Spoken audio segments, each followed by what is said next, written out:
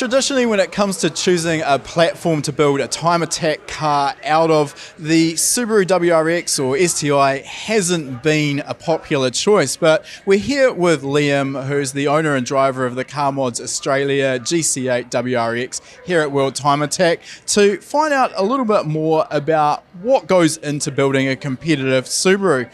So I guess for a start, Liam, why did you go down the path of choosing the Subaru platform? Oh, I'm guilty of being a bit of a Subi fan. We've previously run a four-door a GD, and we had good success developing that. And the next step was just to go to the lighter weight option and move into the coupe. So this is a GC8 and it's the two-door Type R coupe that you started with? Yeah, so it was just a regular old import, back when you could afford to buy an import. And yeah, basically just stripped it down and created the starting point from there. Okay, so in terms of that starting point, what are the sort of weak points, if you like, of that GC8 chassis that you knew that you were going to need to work on to make it competitive in open class? Yeah, so I think the initial point was obviously focus on the weight within the rule set. That's the biggest advantage that you can gain from it. A lot of the heavier, higher horsepower cars are sitting in the sort of 1300, 1315, 1350 sort of weight, that range, and obviously running an EJ and not being able to put out as many ponies, we've sort of got to compensate that. So the first point of call was strip whatever we could out of it, get the right lightweight panels on it, and use that as the platform to work from. All right, so there's a lot of carbon going on, I can see that. What did you actually get the weight down to? Yeah, so the weight, it came down to about 1190. Is that without driver? Yeah, without driver, and that's in circuit format. So we built the car as a circuit car, which happens to obviously just work pretty well with the open rule set, with the addition of some of the bolt-on stuff, the aero stuff. So that was a pretty good outcome. We definitely knew that there'd been coupes get down to 1150 before. And I'm a good friend of Alex from Got It Rex, and so obviously there was a little bit of a benchmark there with the weight that they got theirs down. Theirs being Pro-Am, they got a little bit more out, so we were pretty happy to come in at under 1200 as a starting point. All right, so weight, obviously a big factor there. We've talked about that, but obviously power, particularly here at World Time Attack, you need a lot of it. So the Subaru engines, and I don't want to annoy any of the purists out there who love their Subarus, but they can be a problematic engine to extract big power out of. So can you talk to us about the engine combination? What have you got in there? So I can now proudly say that categorically we've got the recipe now for a high-powered EJ.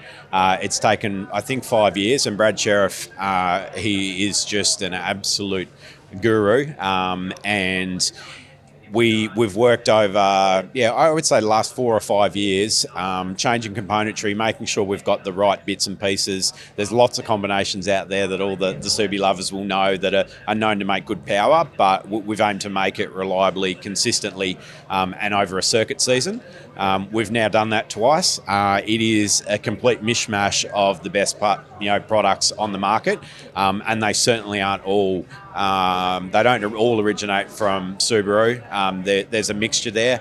The two main components, I would say, is the sealing solution. Naturally, everyone knows that keeping your heads down is important once you start feeding some boost in. I think there's probably 3 components, right? So the second is obviously having a big enough turbo to make the power and the right bits inside, but then the third is the tune. So you can't feed all the power into it early. And again, Brad's just an expert. He's the best in the world. And we'll feed it the best part of high 30 pounds of boost at the top end, and it just loves it. And it's done that consistently through a circuit season. All right, there's a bunch of stuff that I want to go back and unpack there. So you're absolutely right. The head sealing is such a problem with just about any turbocharged engine. The EJ is not on its own there. Yep. Now, there's a variety of solutions in terms of better head gasket material, sealing rings, O-rings, head studs. Can we get a little more information on what you're actually using there, or is that some secret squirrel information? No, look, it could be for someone else, it could be secret squirrel. but I'd like to share it purely because now we've had such great success. I always feel frustrated and sorry for people who are constantly lifting heads and having problems. So we do use an IAG sealing ring, basically a Firelock gasket kit. Hands down the best product in the business. We've fed it well into the 40s in boost, and in combination with the 14, a head stud, a big head stud, you're laughing.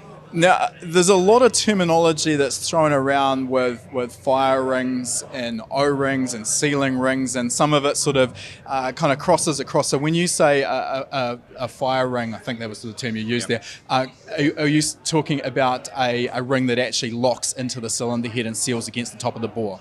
Yep, yeah, so it's effectively a metal ring, which is, I would say, to dumb it down, because again, I have a lot of my terminology is pretty layman, but it's effectively taking the difference, any sort of movement that there is between the top and the bottom end, it allows the ring to take a bit of the movement instead of compromising the gasket. So we crank the studs down really hard as per the spec, and the ring does all the work if there's any fluctuation. Okay, so these are off-the-shelf products from IAG. Yep, they are. All right, got a little bit loud out there, so we've just moved into the garage a bit deeper. Now let's just go back to the base engine that you're running there. There's obviously a lot of different engine combinations. What are we talking here, and what is the capacity? Yeah, so look, we've landed on a very specific build which has been tried and tested, and it starts with a 2.5 litre engine, and basically it gets a really good crank. The key component is a custom piston from Colin at Special Piston Services, and yeah, basically we match that with the head with the right valve spring and right valve spring pressures to handle the shift cuts and the paddle shifting, and that's basically the nuts and the bolts of it. Okay, so nothing too sort of tricky or anything particularly unusual there, not really reinventing the wheel. No. So we use a 272 cam. Basically anything bigger, you make more horsepower, but you've got a more aggressive lobe, and so we try and make it nice and easy on the buckets, and yeah, everything's really happy. It'll put out over 500 kilowatts all day, every day. And you mentioned sort of high 30s there, maybe low 40 PSI? Yeah, absolutely, right in the top end. So the key again to Brad's strategy, the car's effectively torque mapped.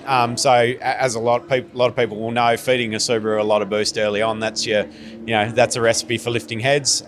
So Brad's pretty smart about his tuning, and he's pretty leading edge with that stuff. So we make sure it goes in, all the boost goes in at the right spot. And that's really about just managing the peak cylinder pressure, because of course it's the cylinder pressure that will actually tend to lift the head, even with the right sealing system that you talked about there.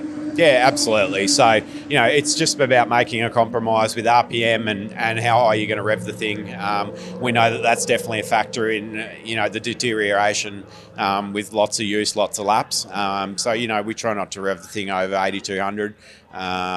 We could go further and you would naturally, make more power. But that's a happy medium for us.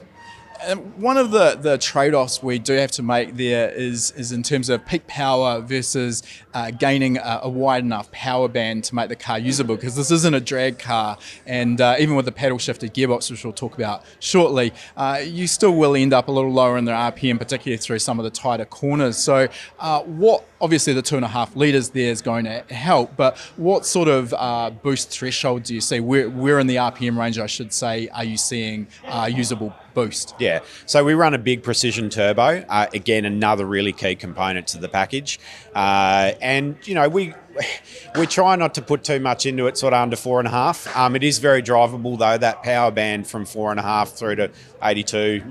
It's big. If you keep it in the right gear, obviously having the paddle shift allows you to do that, and yeah, it's zippy, but with the right gear ratios, it's all pretty good.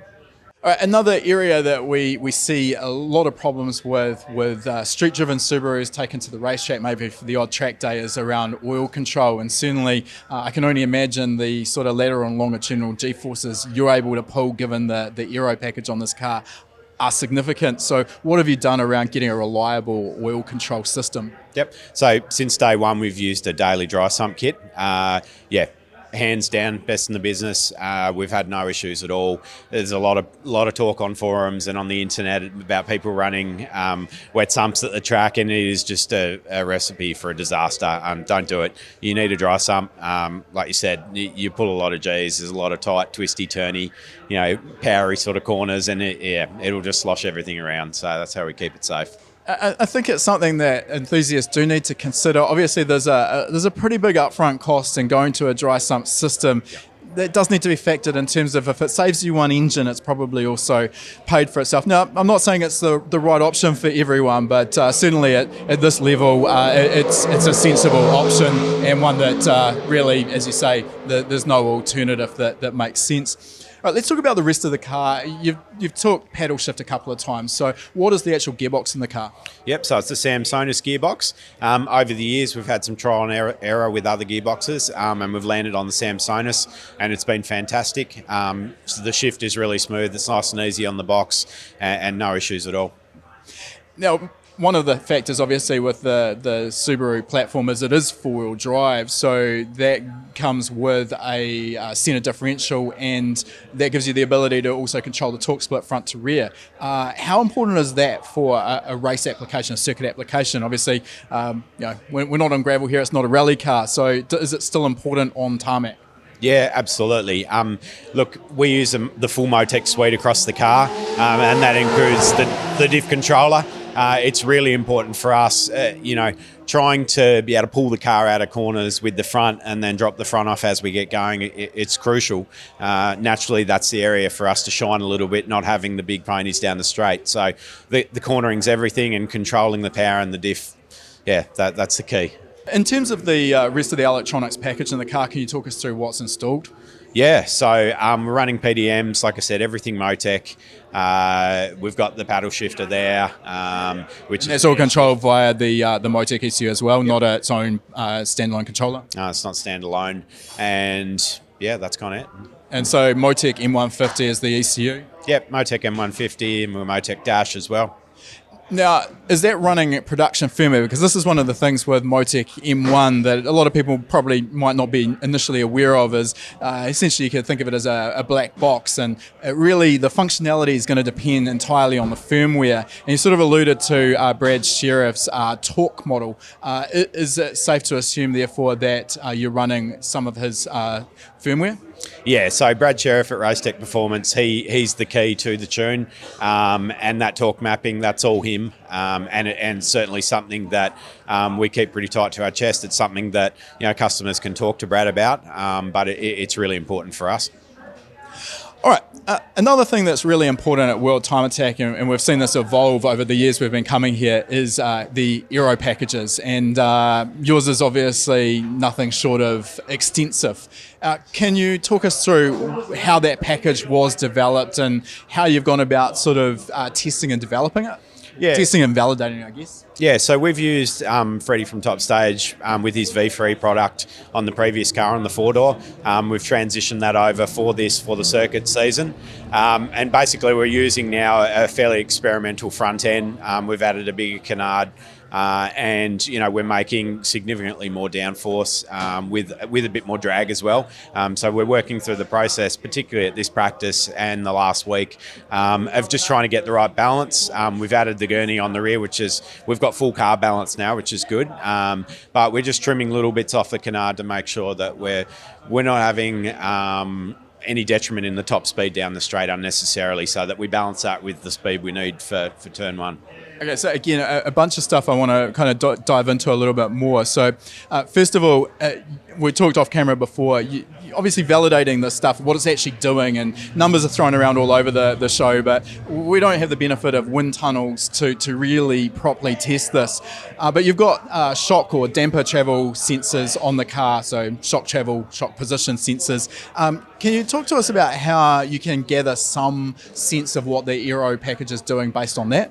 Yeah, so we use the potentiometer, and what we'll do when we go and practice, or what Brad will do, is we'll effectively map what the pot is doing under different conditions. So we can see, static where it's sitting, and then we can see how much we're getting into the damper with the aero load on it, based on that measurement from the potentiometer. So, in other words, look at what it's doing static when the car's not moving. Maybe look at what it's doing in terms of how far they're compressed at, like, let's say 200 kilometers an hour. It's going to give you a bit of a guide. I mean, yes, it's not 100% accurate, but better than guessing. Yeah, look, there is a bit of suck it and see, but it's done systematically. So, you're trying to replicate certain conditions and then, basically look at those speeds and look at how much you're into the damper.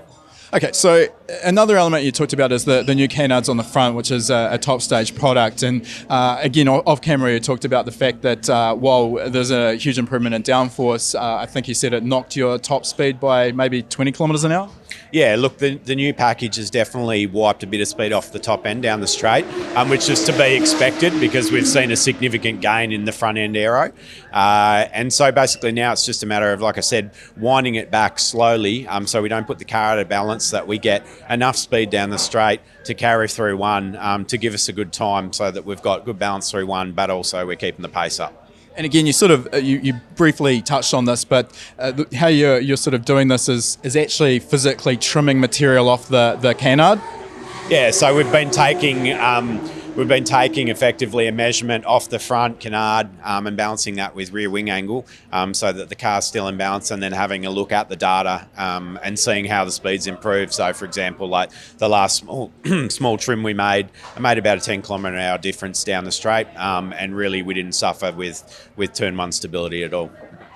And I think the other point you've sort of mentioned a couple of times there, but it's so easy to overlook. And it's not just a case of going and throwing a big rear wing on the car, because yes, that's probably going to give you a lot of downforce, but it's going to create a car that, particularly at speed, it just understeers and goes straight ahead. So that's what you're talking about with that balancing the downforce on the front axle line versus the rear. Yeah, look, one of the big advantages in the development we've had with this car through the circuit season and through Brad's expertise and using Murray's they're effectively an experimental six-way damper, is that we've been able to balance having the right springs in it. We've been able to play with wing angle.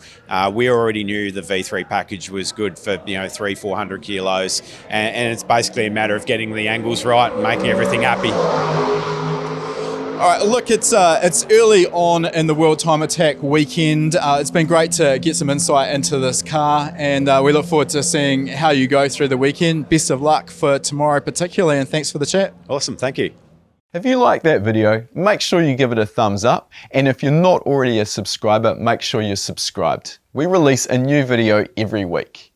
And if you like free stuff, we've got a great deal for you. Click the link in the description to claim your free spot to our next live lesson.